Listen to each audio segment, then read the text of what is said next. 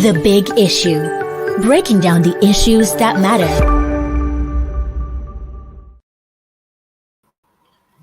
Good evening and welcome to the July 3 edition of The Big Issue. My name is Body Gbadebo. As usual, we shall be dissecting issues in the news today and as well have perspective from people who have deeper information or knowledge of the issues in the news. With me today, as usual, is an in-house analyst, Salas Ezegu. Salas, welcome to The Big Issue. You're welcome. Yeah. Viewers, today we shall go into discuss the European Union Election Observer Report and as well discuss also the revelation by the Joint Admission and Matriculation Board on the manipulation of UTME results by some candidates. Without much ado, let's first start with the disturbing revelation by the Joint Admission and Matriculation Board, JAM, that some candidates of the UTME are manipulating their examination results to gain undue advantage. Silas, JAM made this revelation yesterday. It's a disturbing revelation. It is very, very disturbing. And especially why it's disturbing is that you are talking about teenagers, those whose minds are still being formed. You cannot, link with, ascribe, criminal mentality to. But having this dishonest, a mindset to cheat and inflate the results. We knew already from the one that exam malpractice is there. And yes, it's not new, trying to, but this one is like another level. So JAM will take many measures using technology yeah. to cut down on that kind of. So they now went to the next level of manipulating, writing exam actually, and they're not changing the score. Feel themselves and make themselves look as if they have, they are, wizards in the game. So that's the way it is very good. These are young people. I'm talking about the leaders of tomorrow, and I'm talking about young people, who have impressionable minds. So my fear is that, my concern is that, I think there are the signals coming from the political scene, where results are manipulated, where people can see results cancelled and rewritten. You're talking about the electoral system now. Yes, I think there is a correlation. Yes, and it just happens. People are learning from this level. Yeah, they're learning from it. So that's why it's very important for, so for organizations that need to be credible to the hate, to maintain that credibility, because they might be sending some wrong signals to the generations coming after us. So that's the only way I can look at it. But I'm surprised and angry too that young people, not just her, she has already received some kind of scholarship from accolades and the rest of them. The JAM also mentioned that another person, I think a plateau, so Kaduna State, floated its own, or I don't know whether it's a male or female, to 380. This girl said she had a claim that she had 362 when she actually had 249. Exactly. She added my 103 over 100 score to herself, and she taking that duration doing SF4. So, and I knew that she could not have done this all by herself. She must have been helped along the way.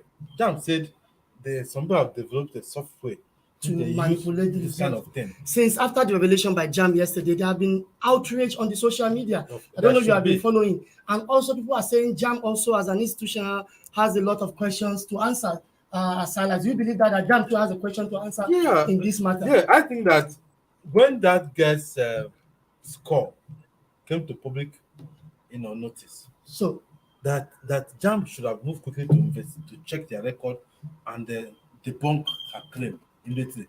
In that case, possibly someone like the motorman, the Chief Innocent Chukwuma, owner of Innocent Motors, maybe would not have gone ahead to give her this scholarship because it was possibly because he saw her score on social media and felt that the girl had something to offer. Let me help her along her. Yeah, that reminds me. So JAM should have more operative when they also noticed that it's possible that nobody had 380 in the whole JAM. So if somebody claimed to have 380, they should have warned them that if somebody claimed to have 362, they need to check their record to know whether what she's saying is true, to now debunk it publicly and to be alive to it, so that people will not fall for that, for that trickery.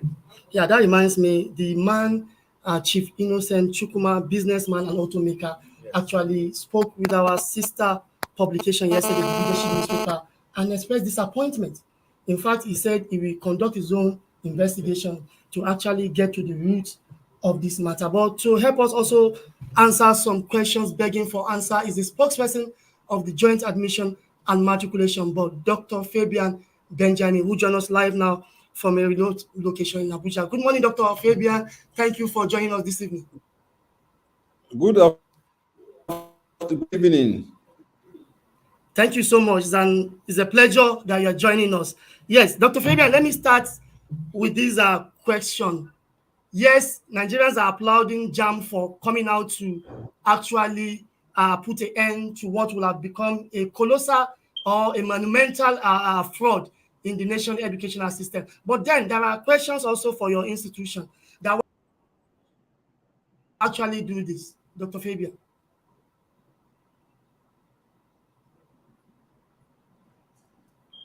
So I didn't hear that question. You said there are questions for my institution, but I didn't hear the question. Yesterday, after the revelation by your organization, some Nigerians are actually applauding you for actually nipping in the bud what will have become a phenomenal fraud in the national educational system. But then some are also asking the question, why did you have to wait till this time to do this? Okay, let me make this thing very clear. I think the public is actually getting this thing a little bit mixed up. There is nothing wrong with the system, with our system, or the result in our system. What happens is the version that the candidate has with her that she has mutilated. So it's practically impossible for us to know how many people are keeping such versions with them until when you come to the public space and then news begin to make all around that, okay, you have this. That is when we'll now go back to our system to check whatever claim that you're laying. This particular candidate, if you recall, you will see that there was news all over that she was honored with a 3 million. Are you hearing me? Yes, I'm hearing you. Go ahead. Okay. That one very prominent Nigeria awarded her a scholarship to the tune of 3 million naira. And then I think Anambra State government were also trying to receive her and honor her also. So a call was placed to the board that the candidate, we had announced the highest scorer for the year 2023, which incidentally happens to also come from Anambra State. And when we got this information that somebody is laying claim to 362, we went into our system, search, and we discovered that this particular card, there was nobody with a score of 362. But what I did, because the Commissioner for Education in Anambra State actually called me, and I asked her to send the result to me. For every result that is printed from our system, it comes out with a QR code. The QR code is a security device on that result. So the first thing I did was to scan the QR code. So when I scanned the QR code on her result slip, the slip she's holding with 362, I discovered that QR code belongs to a candidate who sat the examination in 2021, one Omobolale, and that candidate scored 138 in 2021. And I became curious. So I went into the system with the name, with the registration number, because she put her registration number, she put the scores she obtained, and I would check in the system, and we discovered that she scored 249 and not 362. As a matter of fact, there is no score 362 in our own system. So we were not aware of this issue until when she brought it in the public space. Because what she did was just to have a slip, paper, for instance, and then she mutilated, maybe use graphic design to mutilate the scores, and then she was parading that score. So there is no way we will know that such a particular version of result is being circulated in the public space, as long as what we have on our system is not tampered with.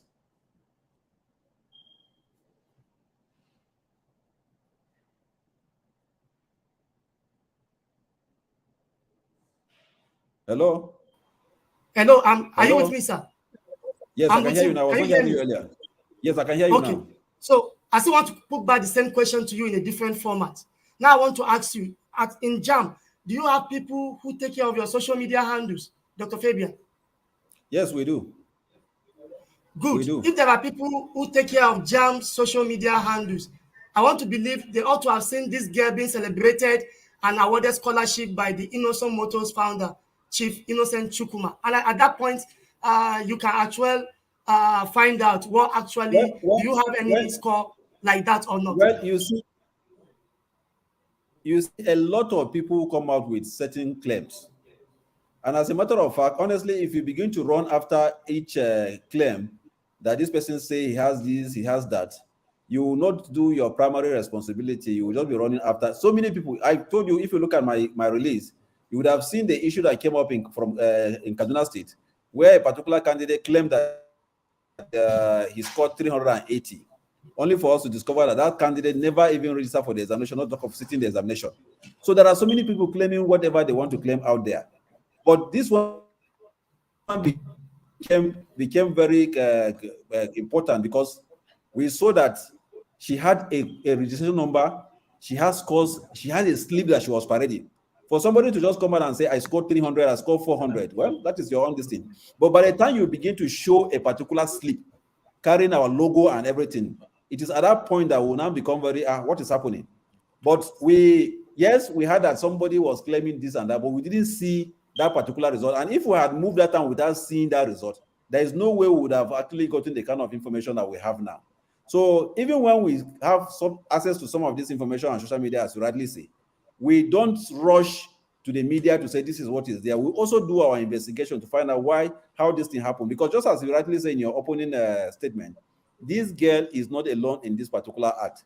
In fact, some persons are even accusing us for coming to the public too early, that we should have done some undercover investigation to ensure that we arrest those people that are behind the whole thing. Given her age, they felt that there is no way she would have been able to sponsor this kind of coordinated fraud that she has done. But, here you are saying that we came too late. Some are saying we came too early, because what they expect is that we should go deeper to find out who some of our collaborators, so that we can get to the root of what actually happened. If I tell you the level of investigation that we've conducted, we have the 55019, our USSD code. What we use that 55019 is to communicate with candidates, communicate during registration, we communicate during examination, we communicate during release of result. Are you with me? So what this candidate, when I read the release by Innocent, where he said he made so many insinuation and all this thing, honestly, I just laugh, because what he's dealing with, this guy can sell him. Maybe he's waiting until when she sells him before he will know the gravity of what she has done. It's just that if I were with you, I would have shown you some of those things on the platform, what this girl did. Immediately these results were released, she checked her result. That is by she sent a message. Instead of sending result to 55019 to pull her result, she sent a message for UTME to 55019. But the message, the machine now sent her, because the phone number she's using is a unique identifier. So it sent her result. Result of 249, breaking it down to the various subjects. So she now doctored that result. That one is just a text message. It's very easy for you to doctor. So she doctored the result, put the marks the way she wants, up to 262, and sent back to 5501 and the USS court. So the court also returned her original result again. So if you look at the communication, in fact, this is anybody can investigate.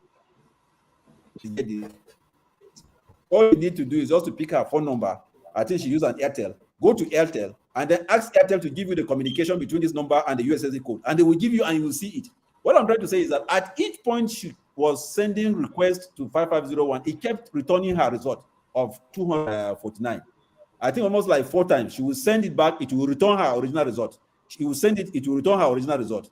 And then she now went outside the database to obtain that slip. But unfortunately, unfortunately for those people, her sponsors or her managers, they didn't know that there are security devices attached to each slip that they print. And the the QR code is one of them. There are about 17 of them, which I wouldn't want to mention some of them on the air. But the USSD code only, that alone can out, because anybody can scan. Even she herself can use her phone to scan the code. Immediately you scan the code, forget about whatever is written there. You will see the actual owner of that sheet, not what is imputed on it, the actual owner of the sheet. So it is the result sheet that she mutilated to write all those scores on it. Unfortunately for her, again, for the 2023 result, we didn't use that design that she's holding. If you look at, if you have any candidate, your brother, your sister, your ward, any of your candidate that has written the 2023 exam, and you ask him to print his result, when you put it side by side, you will see the difference between what she's holding and what we are using for 2023. All right, Dr. Fabian, now that you have discovered the case of Inasoma Joy and the other candidates in Kaduna, so what are you going to do as an institution going forward? The Kaduna issue, the person in Kaduna is not even a candidate. He didn't register for the exam. He didn't sit for the exam. It was just as you said, there are software. There's a software, I don't want to advertise it, that they use that software. You just have a slip, you print your result slip, you snap the result slip. Once you snap it, you now upload it on the software. Once you upload it on the software, it gives you the opportunity to change to whatever scores that you want. I think the designer of the software just wanted them to have some fun. You just, create something. I have 400 or 400, 390 and something like that. The person in Kaduna is not a candidate because he didn't register for JAM. He didn't write JAM, so he's not a candidate. So it was not easy for us to even trace who the person is. But we became interested when his ethnic group came online to the public space to say that, okay, their brother scored 380, a score that nobody has ever, if I'm not mistaken, obtained in JAM, and that he was not celebrated and so on. But she is a candidate. And to answer your question, of course, her 249 result is, as we speak, is withdrawn. She does not have a result, and she'll be banned from taking this exam in the next 3 years.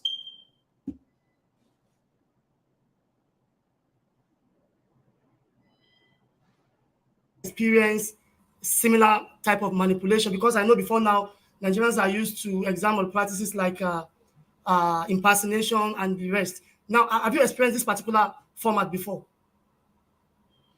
Well, last year, if you have been in the media, you would have read something about a lawyer who even sued us and was claiming 2 billion naira damages. And what happened?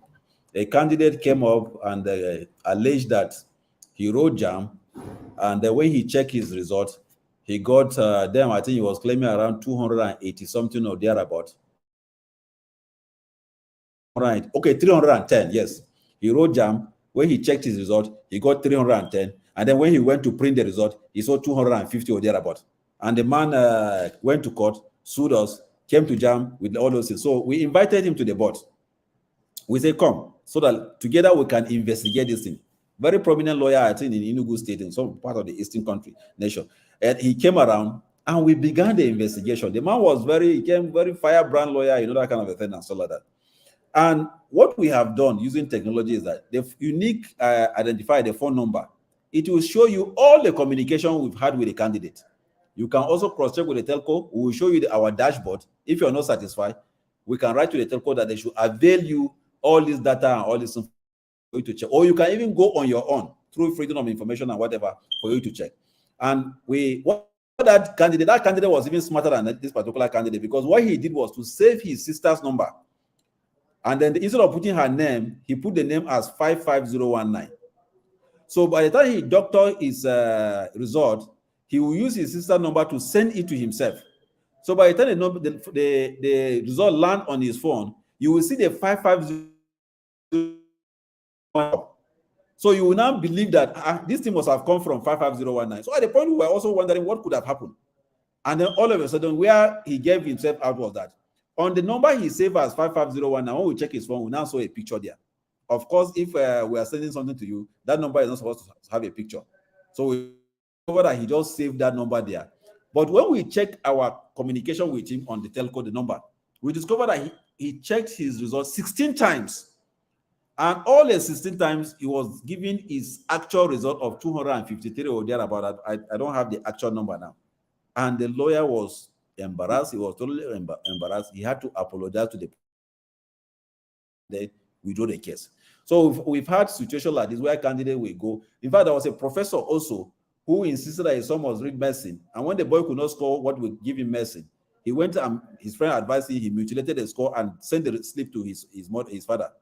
And during the post-UTME, when he got to write his exam, what was shown against his name was less than what he was parading. And the furious, there was no name, he didn't call Jam, he came around threatening, brainstorm and whatever.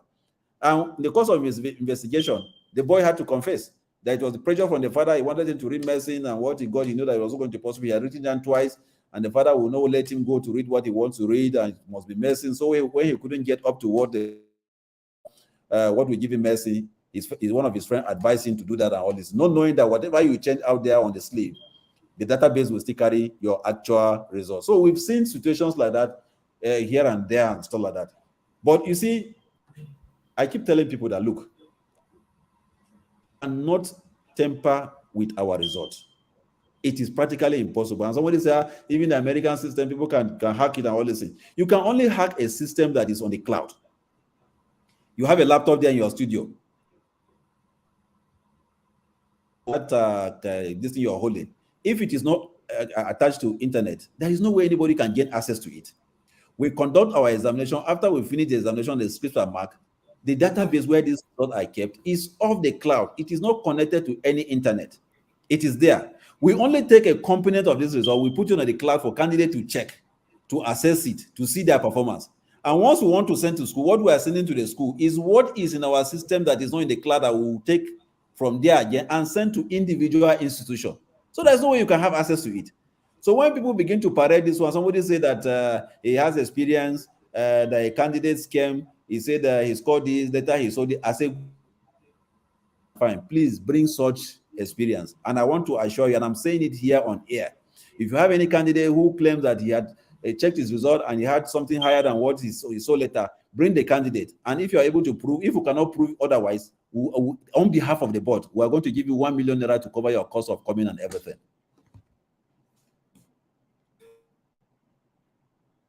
Head Public Affairs and Protocol of the Joint Admission and Matriculation Board, JAM. We so much appreciate your time on the show this evening, and we hope whenever the need arises, you also have time to join us, Dr. Benjamin. Thank you very much. I really appreciate this opportunity. That was Dr. Fabian Benjamin, spokesperson of the Joint Admission and Matriculation Board, JAM. Well, we need to go on a short break, Silas. When we come back, time is no longer on our side. We quickly round up on the next big issue. Don't go away.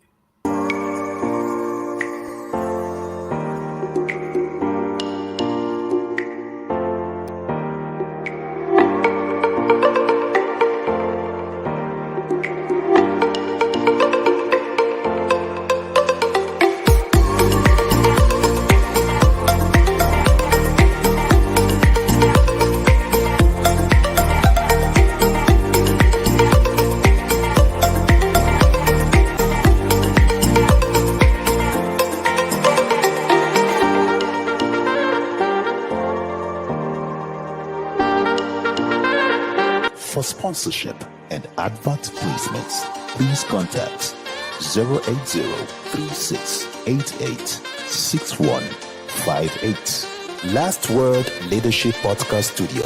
You have the last word. The Big Issue. Breaking down the issues that matter. Welcome back. It's still the big issue today, Monday, July 3, 2023. And of course, Silas Ezegu is still here with me, who has been helping me to dissect the issues in the news. Silas, yesterday, the European Union Observer Mission to Nigeria for the 2023 general election released its report. And of course, the reaction is not unexpected because the presidency, lambasted the team. But then the opposition party said, well, that report was correct. And even some part of the civil society organization also saying, well, what the European Union Observer Mission has said is a confirmation of what the local observer like them have also said in the past, that the election was not perfect and there were flaws in the election. Silas, I don't know, that presidency reaction, was it necessary in the first place? No. Thank you for that question. A little correction is that the EU report was released, I think, sometime last week. Okay, it's only yesterday that the presidency, got ready and reacted to the report. Okay, so um, if I were the president's handlers, maybe I would have kept quiet on that report. Allow people to think whatever they want to think. And for the fact that the matter is also before the It's court. already before the court. It's okay. I just said, well, the matter is already in the court. Let us wait. Because by going to bring up a very strong rejection of that report, they have made that report trend again. And those who didn't quite give much attention to it when to release about a week ago thereabout, they now get interested because the issue has come up again and it's trending. And it just goes back to the ugly parts of the 2023 General elections, which a lot of people are still trying to come to terms with. In fact, they went as far as even accusing the EU of trying to play politics with it, trying to be one-sided. I think They also described the report as a poorly done Dex job. In fact, they do some very and is that one thing is that why they are not in a good position to make this kind of assertion is that this government didn't conduct that election. The election It was the previous government. Yes. So why taking So and somebody's this government head is a beneficiary of course of the process which is being challenged. Which is being challenged everywhere in the court of public opinion, Court of right? law. In the court of law, in the court of public opinion too. What the court is doing is there. The opinion of the public is also sold on what they think happened.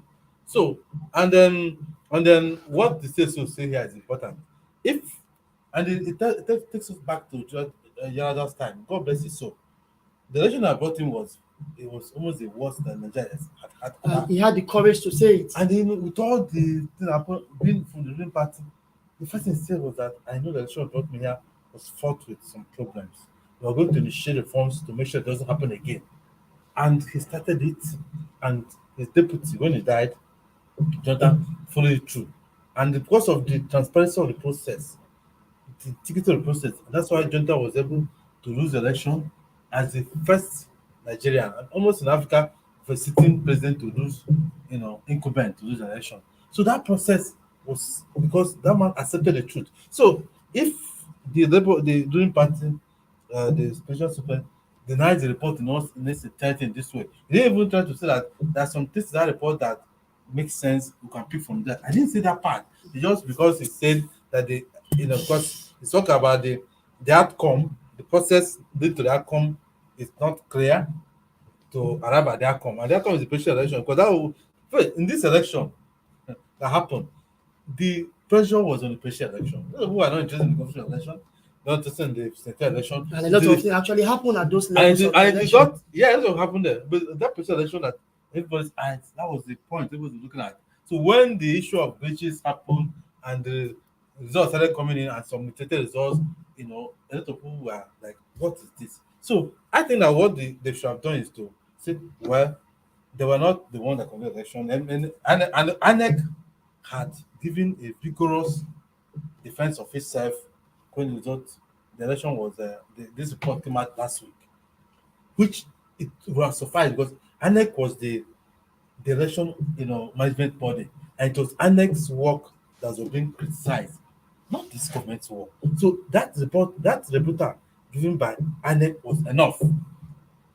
Coming from a government that is said to have fraudulently benefited from that something it will do as a fraudulent process, they don't have the moral high ground to defend it. As an interested party. Yes, there's a conflict of interest there.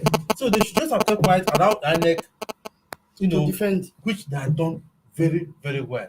But now you can see there are some statements which have not been said before, which have been generated by this reaction from the government. Article saying that even the dead knows that the election will rigged in favor of Tinubu. And the Labour Party is, in fact, it's even exciting because both the Labour Party, Pat Baka, former Vice President, and they came to having won the election. It is as terrible as that. Some of them are active positively claiming they won the election, and that Tinubu was not the winner of the election. Two of them agreed on one thing. That's that another the problem. election was rigged in favor of Tinubu, that Tinubu didn't win the election, but that where they diverge is that I won the election, no, I said I won the election. So the court will not determine whether And there can only be one winner. there's only one winner of the election. And if the glitch and complain about hadn't happened, possibly we won't be in this position now. Exactly. But I know that the court will do justice to it. I have trust in the court. If between one election, the court will be able to say so. If we didn't win, they should be bold enough to say so as well.